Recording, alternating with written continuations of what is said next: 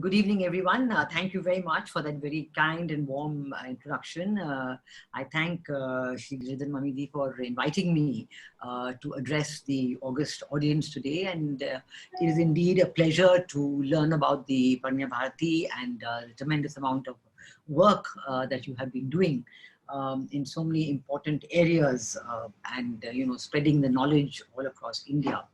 I think you've chosen a very interesting subject today, Bangladesh's Bharatiyata and beyond, and I shall try and do justice to it as much as I can, although as you know the notice has been very short, but still I will, based on my experience in Bangladesh and in other parts of South Asia and indeed in other parts of the world, and my work in academia, where I have focused a lot on South Asia, on relations among South Asian countries, Bangladesh. I have focused on relationship among the youth, because I think that I'd like to say at the outset, something that I will come back to at the end.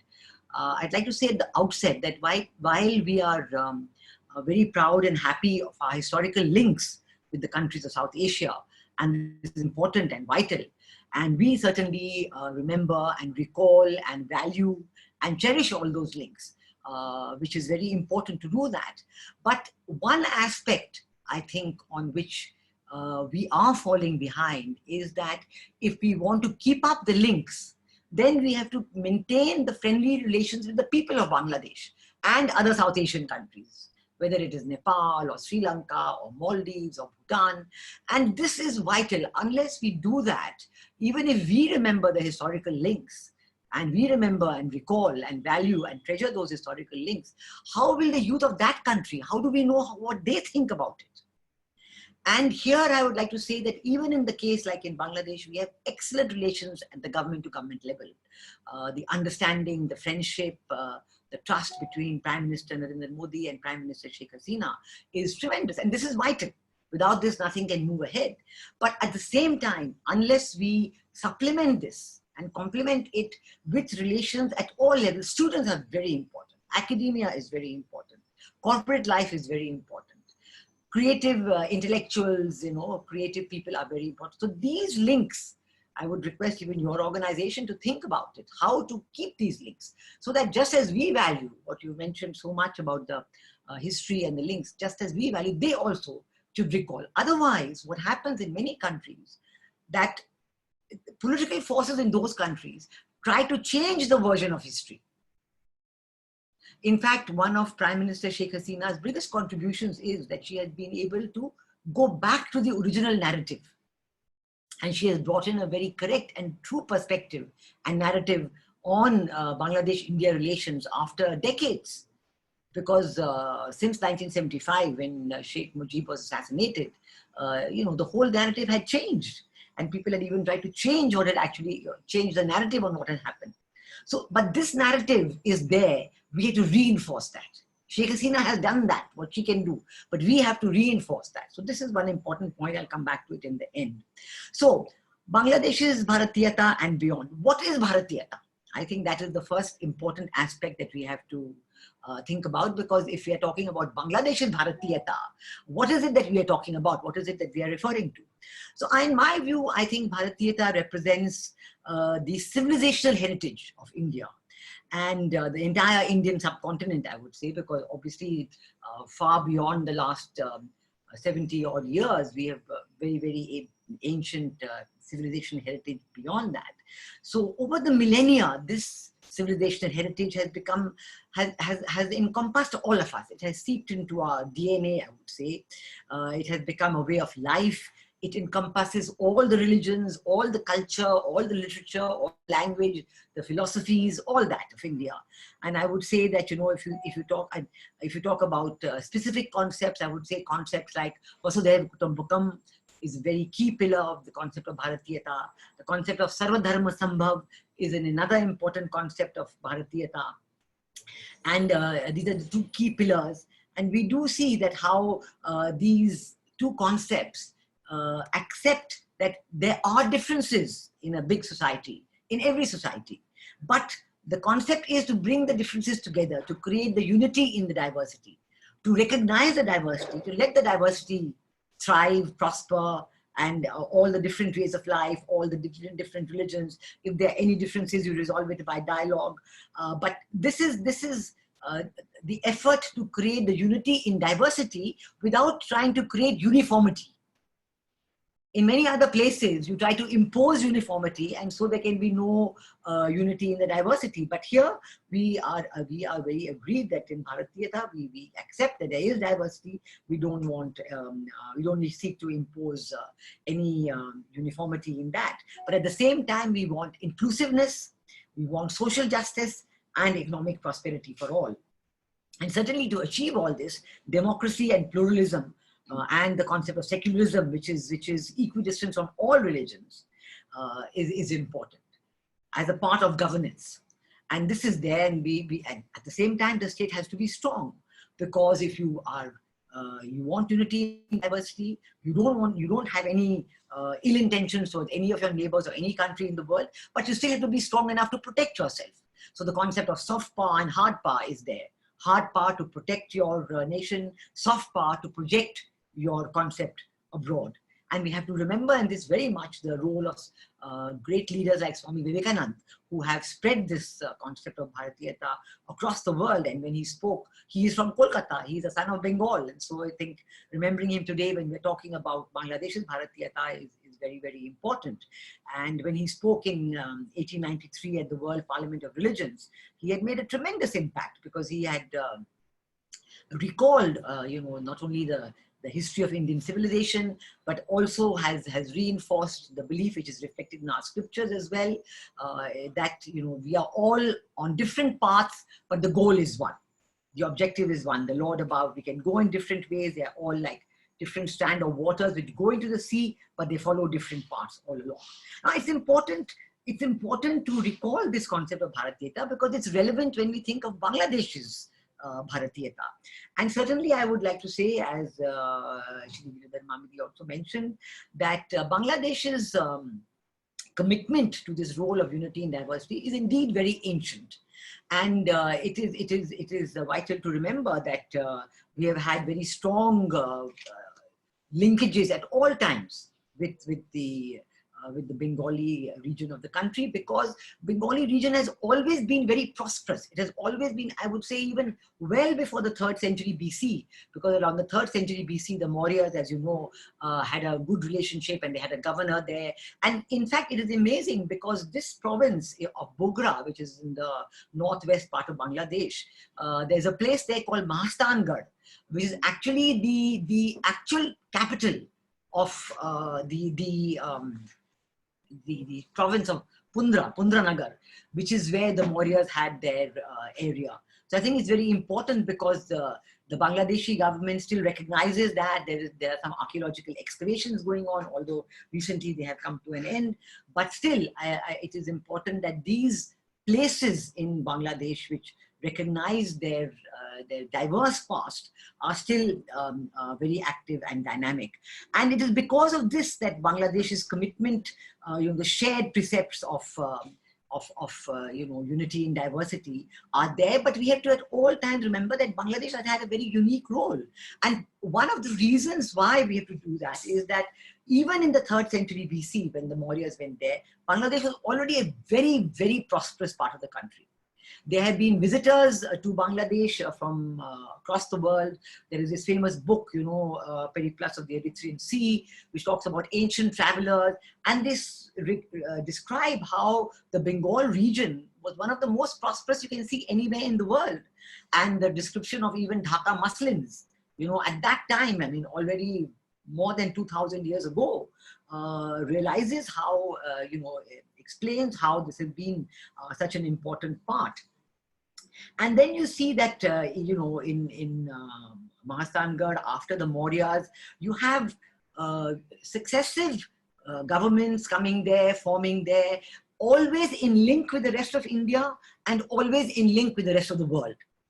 So you have this very important role of Bengal, the economic contribution, their cultural contribution, and their contribution that in that same area you had the Jains, who came and established their kingdom. And after the Mahastangarh, after the Mauryas, you had the Buddhists, who many years you had the Buddhist kingdom. But even before, long before the Buddhists came, you have the ancient recollections that this place of Mahastangarh and Pundarnagar is mentioned in the Ramayana and the Mahabharata.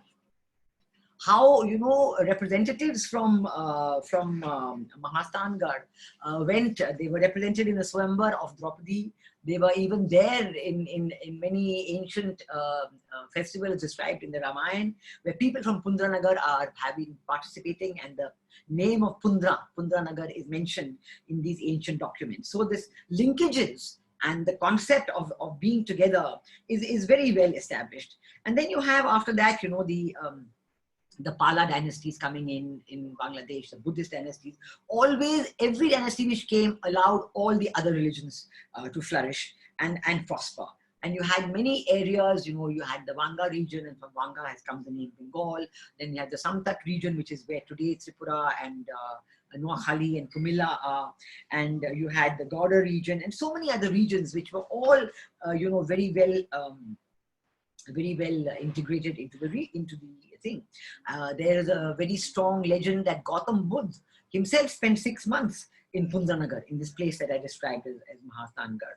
And then you have, when the Buddhist kingdoms were established, you have two other famous historical sites coming up, which is in Paharpur, which is in the middle western part of Bangladesh. It is again still a historical site. You can go and visit the archaeological ruins. There was a monastery there, where Hindu sculptures have been found there, Buddhist sculptures have been found there, documents have been found. And then you have the very famous Mainamati Buddhist and Hindu ruins, which are again around 7th century AD, 8th century AD, which are in the Kumilla region, very, very near to Tripura. So you can see how, you know, these legendary areas have made Bengal and the whole of Bangladesh a very, very dynamic region. And you have, you know, rulers in the 8th century like Shashank, you have rulers. I think this is a very, very rich history that we have to look at. Now, somewhere around the 12th century, very late, comparatively late, you have early 13th century when Islam starts coming to Bangladesh. And even when Islam starts coming to Bangladesh, you know, you have the Turkic invaders, and you have others who came and you know, displaced the local rulers. But in the beginning, you know, you had that when these people came, they really did not at all change the lives of the agriculturalists, of the rural people. They continued following their religion. And you had quite a divide at that time between the Ashrafs, the people who brought Islam, the nobility, who took over the cities, who were there, you know, and spreading the message of Islam, who were converting the people living in the cities. But in the rural areas, you had really largely unchanged, very lot of agricultural prosperity.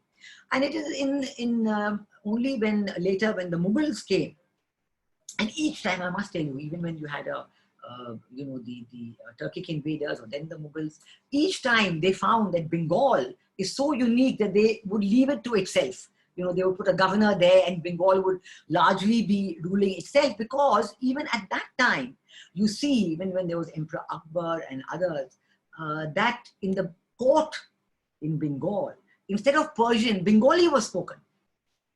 I'm mentioning this because this is a very important aspect of the development of the Bengali identity, that even as Islam came in and started taking more and more of a role, the commitment to their culture, to the Bengali language, and you know, you have even at this time very, very great novels and you know, historical books composed at this time, even under the Islamic kings. And you have how they described the glory of the deities, and how the whole Sufism aspect came in, how the development of the religion in Bengal was very much influenced by Sufism, where they took a lot of the local myths, the local legends, and tried to bring it in.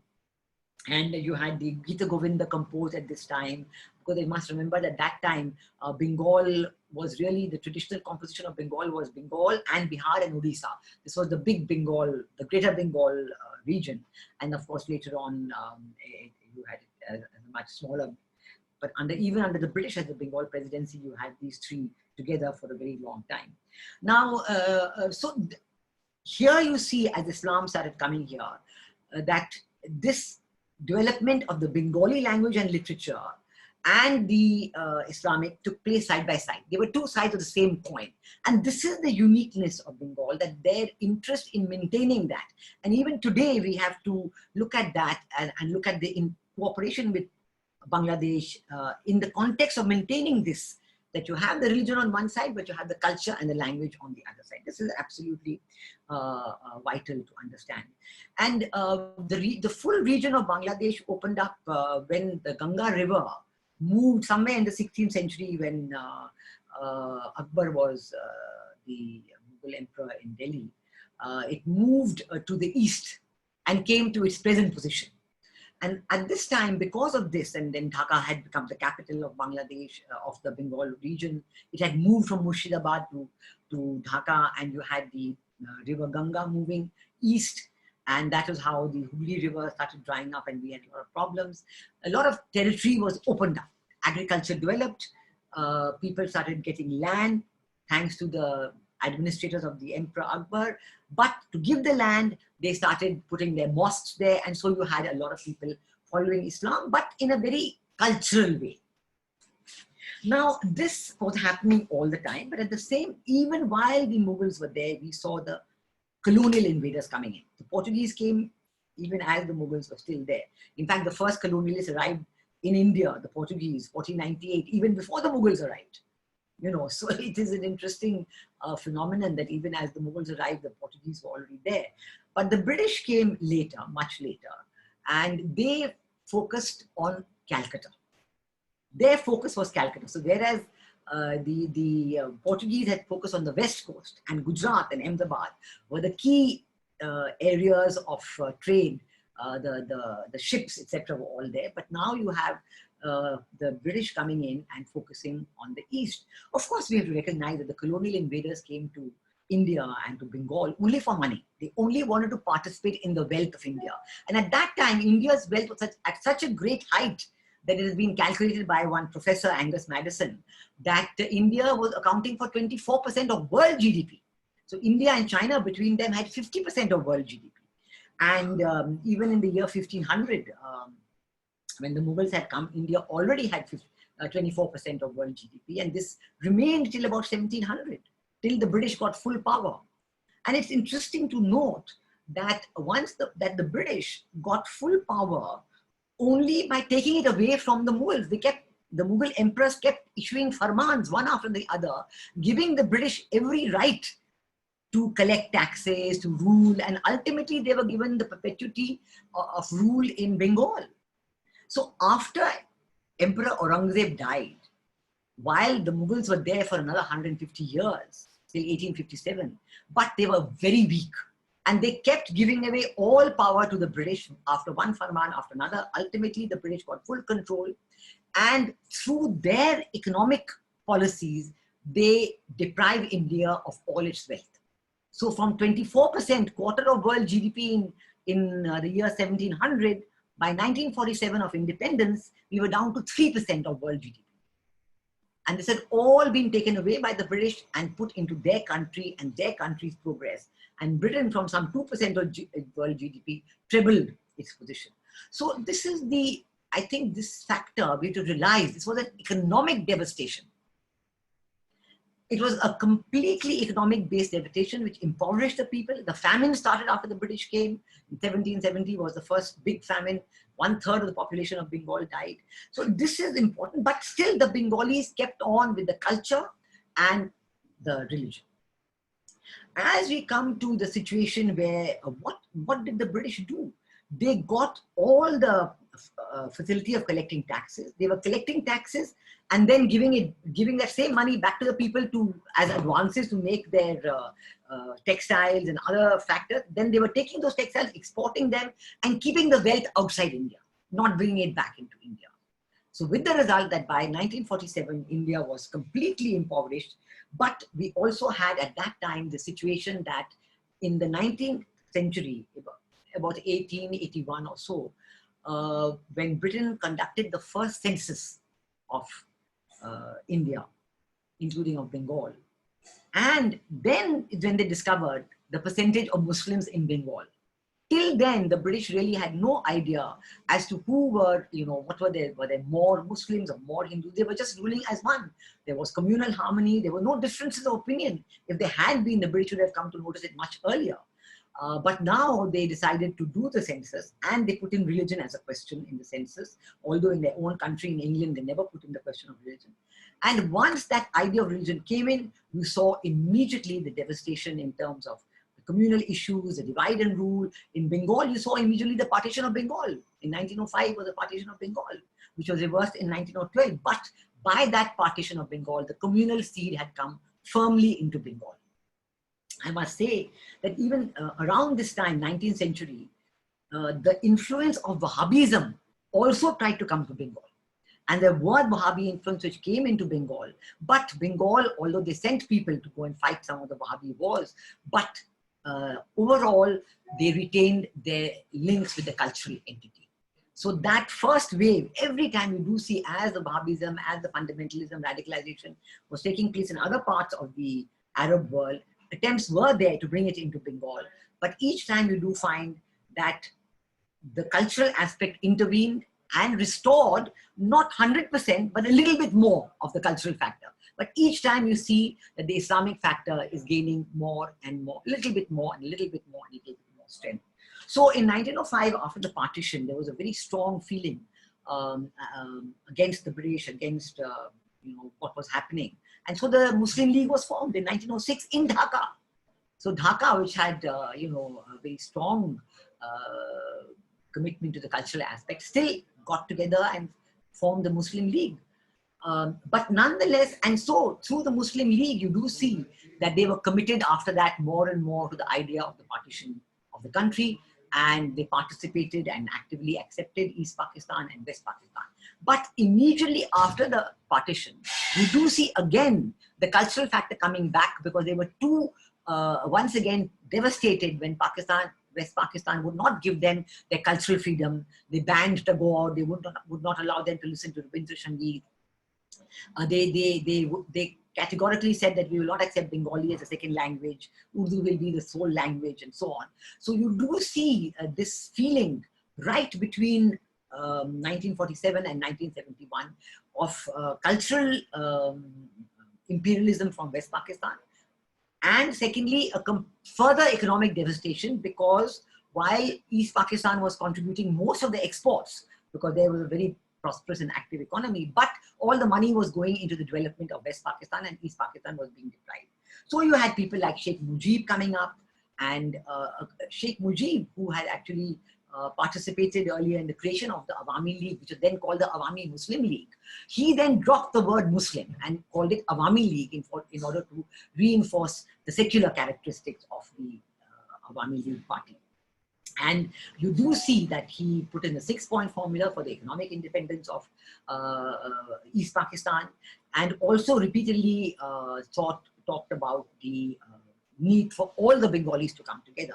And that indeed was something that was a huge characteristic of the War of Liberation of Bangladesh, that it was by all the people, and everybody came together and everybody fought for that war. We do know about, of course, that India was fully supportive, and when the talks failed, there were the 1970 elections, Sheikh Mujib got a huge majority. He should have become the Prime Minister of Pakistan, but that was not allowed to happen because Bhutto wanted to have the leadership and refused to give it to what he called these puny Bengalis. They were very derogatory about the East Pakistanis. And so the clash came, and the talks broke down, and the genocide was unleashed on East Pakistan. And actually Sheikh Mujib was taken away and put into jail in West Pakistan, but still the people coordinated. You had Tajuddin Ahmed and others. They came across into India. They met the Indian government. The Indian government realized the terrible situation and realized what was happening, because by the time there were several million already refugees which had come from East Pakistan, and that number kept on going on and went up to 10 million. So it was obviously a situation, and the refugees were Hindus and Muslims, who were being attacked by all the people there. So it was very clear. I think we know how the government decided. We had General Manekshaw, we had General Rora, we had the Mukti Bahini. That means the people of Bengal from all walks of life. Some of them who had left the Pakistan army and come into and became the Mukti Bahini and fought the war, and how they got training in India. There enormous number of books. So this is all they were fighting. Not only this time, but they were fighting for their culture, fighting for their language, as well as fighting for all the economic independence and rights that they had. And this is an important point to remember, because when Sheikh Mujib got the independence, he categorically in the new constitution, which was made in 1972, he put in secularism, democracy, socialism, social justice, and nationalism. So these were the four concepts, the four pillars of the constitution of Bangladesh. Now here you come into a situation where, between 72 and 75, there was a huge cooperation between India and Bangladesh, all areas, sectors of cooperation. After the 1965 India-Pakistan war, it is an amazing phenomenon that before the 1965 India-Pakistan war, India, East Pakistan, Northeast India was all one. Everybody was able to move freely. In fact, India and Pakistan had signed a transit agreement, I think just a few years before the 1965 war, and there was movement by road, by rail, by water, which was a very important part. And you had this great, coming and going. It was a direct interaction, economic interaction, cultural interaction. It's happening all the time. But after 1965 India-Pakistan war, Pakistan cut off all communication. They didn't allow India to move through East Pakistan, either by rail, by road, by water, nothing. So this was a divide for the first time in millennia. In thousands of years, it was the first time in 1965 that this connectivity between India and Bangladesh was cut. India, and then it was East Pakistan in 1965. It was cut and brought down to zero. And this was a huge blow. And I would say that even after almost 50 years of Bangladesh, still we are recovering and coordinating and trying to get back to a position that was pre-1965. And only 1 week ago, for the first time, you had a coastal shipping. A ship went from Kolkata to Chittagong with cargoes, with containers of, I think, some steel rods and some lentils and rice meant for Tripura and other states in the northeast. And for the first time, such a container load used the sea route, which had been closed since 1965. Coastal shipping was completely shut.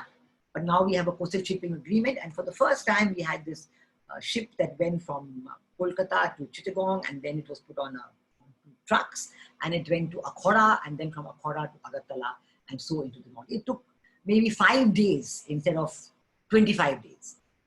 And you can imagine with something that goes into one container would then take about 30, 40 trucks to go right across the road from, Calcutta to the northeast, up to North Bengal, and then to the east to Assam, and then to northeast. So you can imagine this is a great, great development. It happened only 2 weeks ago or 10 days ago.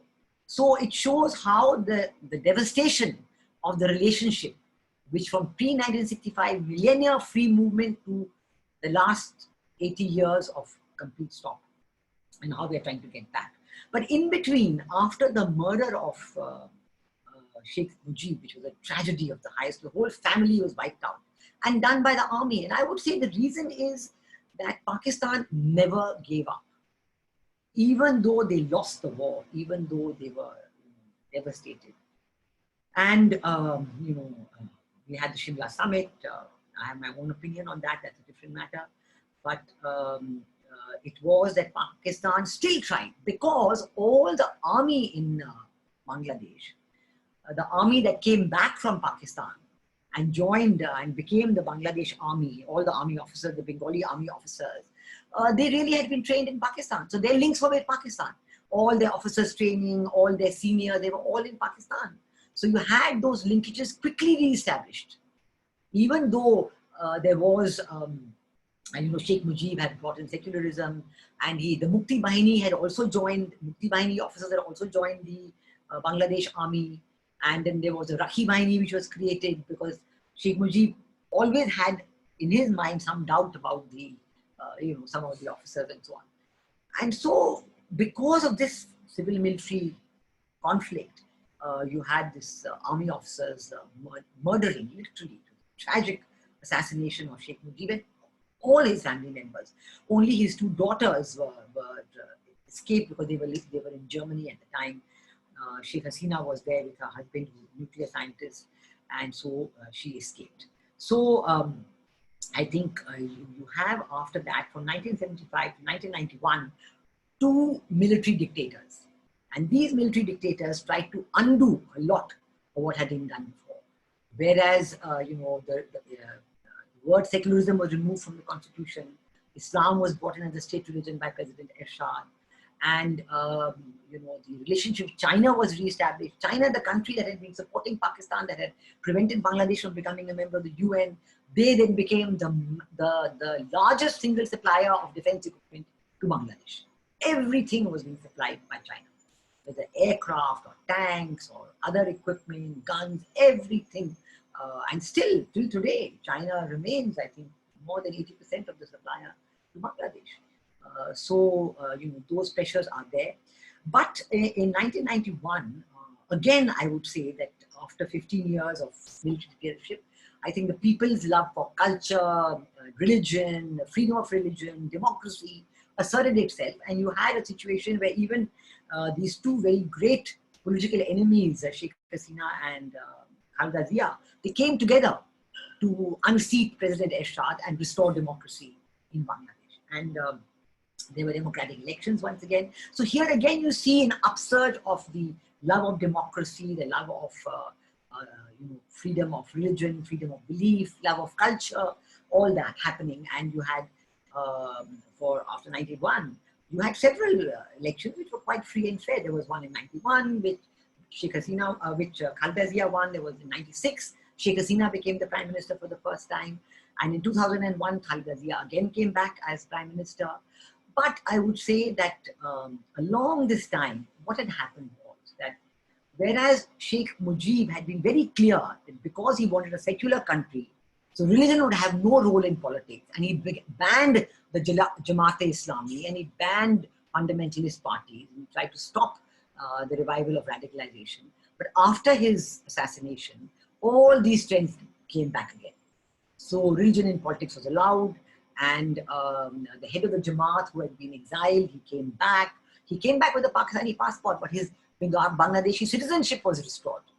So all these, reversal of trends happened, and you saw the Jamaat-e-Islami coming back into politics in a big way from 2001 to 2006, when I was in there, in fact, as High Commissioner from 2003 to 2006. So Jamaat-e-Islami was fully a part of the government. The ministers held strong, important portfolios, and you had a real revival of radicalization. You had at that time, this whole Jamaat-e-Mujahideen Bangladesh, the Bangla Bhai came back. He had been fighting in Afghanistan with the Islamist people, and you had a whole revival, a very, very strong revival, bitter revival, which the people didn't like. And actually, the situation became so serious that there was such a revolt against what Khaleda Zia was trying to do, that the popular feeling was so strongly against it. In 2007, the army again took over. So the army-backed caretaker government. But again, the army knew that they would not be accepted back as rulers. So they were supporting a caretaker government. And during these 2 years, 2007, 2008, you had a whole correction of a lot of the problems there, and they decided to have free and fair elections again at the end of 2008, and you had Sheikh Hasina coming back with a huge majority in 2009. Her second term, and she's still there now. She has started her fourth term last year, 2019. So, you do see now a great, indeed, change in the situation where the Jamaat-e-Islami, Sheikh Hasina has been a tremendously successful leader after coming back from 2009 onwards. When she was there for her first time as Prime Minister, 96 to 2001, she didn't have a full majority. She tried to do the war crime trial. She tried to correct a lot of the situation, but it was very difficult for her. This time, from 2009 onwards, last 10 years, she's been able to do an enormous amount. The first thing is she has changed the entire narrative of the Bangladesh Liberation War. And where people were, when I was there, people were hesitant to even talk about India as having helped them in the Liberation War. Today, everyone, first they will say that we recognize India's contribution, we recall it, we welcome it, and that was what happened. And this is what has, the narrative is now gone into the textbooks of the children. And it's only when it goes into the textbooks of the children that they will then go up with this. And I remember that when I was there, I for the first time, I saw there was a great misunderstanding. The people there thought that India had forgotten the Liberation War. The people in India thought that Bangladesh is not grateful and they have forgotten India's role. So I, in fact, told our Defense Ministry, who was celebrating every year Vijay Diwas in Kolkata at Fort William on 16th of December every year. I said, how come, 40 years have gone, 55 years have gone, and you have never invited the Bangladeshis to participate in your Vijay Diwas celebrations? You are doing it on your own. Why? So they said, oh yes, we certainly would love to follow. For the first time, I selected Mukti Jodhas, liberation fighters, and sent them. They were really touched that yes, India has remembered and India is doing all this. So now this has become a big tradition, and you do see that Sheikh Hasina has been able to do the war crime trials. A lot of the war criminals have been sentenced to death and actually killed, executed. And she's been trying to revive, she did the sentence of her father's murderers. Those whom she could sentence who were there some of them have been executed. Now she's trying to bring back India. One of them was living in India, and that person has been handed back. But this is Mujibur. This is the centenary birth of Sheikh Mujib, which is now being celebrated. It will end in March of next year. So this is a very special time. And I think this is a very good time to revive the people links, students links between India and Bangladesh. And one of the murderers of Sheikh Mujib, who was living in India for a long time, had now been handed back.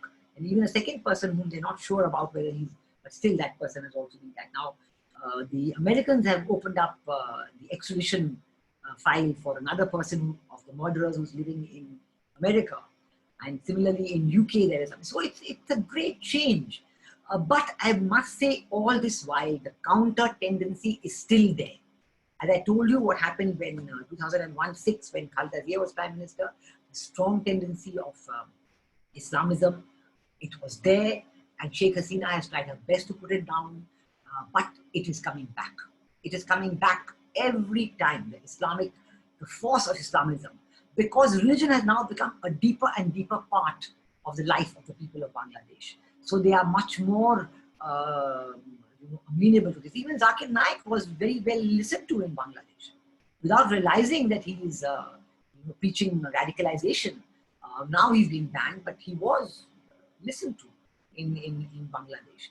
Now, in the last few years, you are seeing that Pakistan and China, they are both together combining to put tremendous pressure on Bangladesh. And Pakistan, as you know, Sheikh Hasina had, during her second and third term, she had not really given Pakistan any leeway. She had been very, very, even in the last 3-4 years, she didn't even allow their new ambassador to come to take over. But now you see that there's the new ambassador has come, the great pressure, Imran Khan is calling her. So through China, because of Pakistan, because of Bangladesh's strong economic links with China, the pressure that China is putting on Bangladesh is huge, and through that we immediately get the pressure coming from Pakistan. So this pressure of radicalization, the radical forces is reviving. And I think that still, while the love of culture, the love of language is very strong. In fact, it's one of the few countries in the world, or certainly maybe in subcontinent, where Saraswati Puja is a holiday. And everybody from the young school children to the college children do Saraswati Puja. And melas are held, and Saraswati goddess murti is made and installed. So it's a tremendous commitment that they have, but the pressure countering it is very, very strong. And so I would like to end at this time. I think I've taken almost 45 minutes. I'd like to end by saying that what I said in the beginning, that the only way to counter this pressure is to rekindle the cultural linkages. even the Tagore celebrations, the Saraswati Puja celebrations, the Rabindra Sangeet celebrations, the Baul singers, who are the Sufi singers, they are in West Bengal and they are also in Bangladesh. So there are so many links, Nakshi Katha, so many cultural links. We have to revive them and through them bring the people closer together so that we know that our religions are maybe different, but Bangladesh's heritage of Hinduism, Jainism, Buddhism, all the religions, and how their people, Atish Dipankar from Bangladesh went to Tibet to teach Buddhism. All these have to be revived and brought back into the memory of the people so that the pressures that they will continue to face by the Islamists and the radicalization, that pressure will not go down. The groups are coming up, the groups are putting political pressure on the Prime Minister. She's able to give in. The madrasa education has now been mainstreamed into the main education. There are a lot of pressures going on. And the only way to counter it is by strong people. So thank you, and I'll stop at this.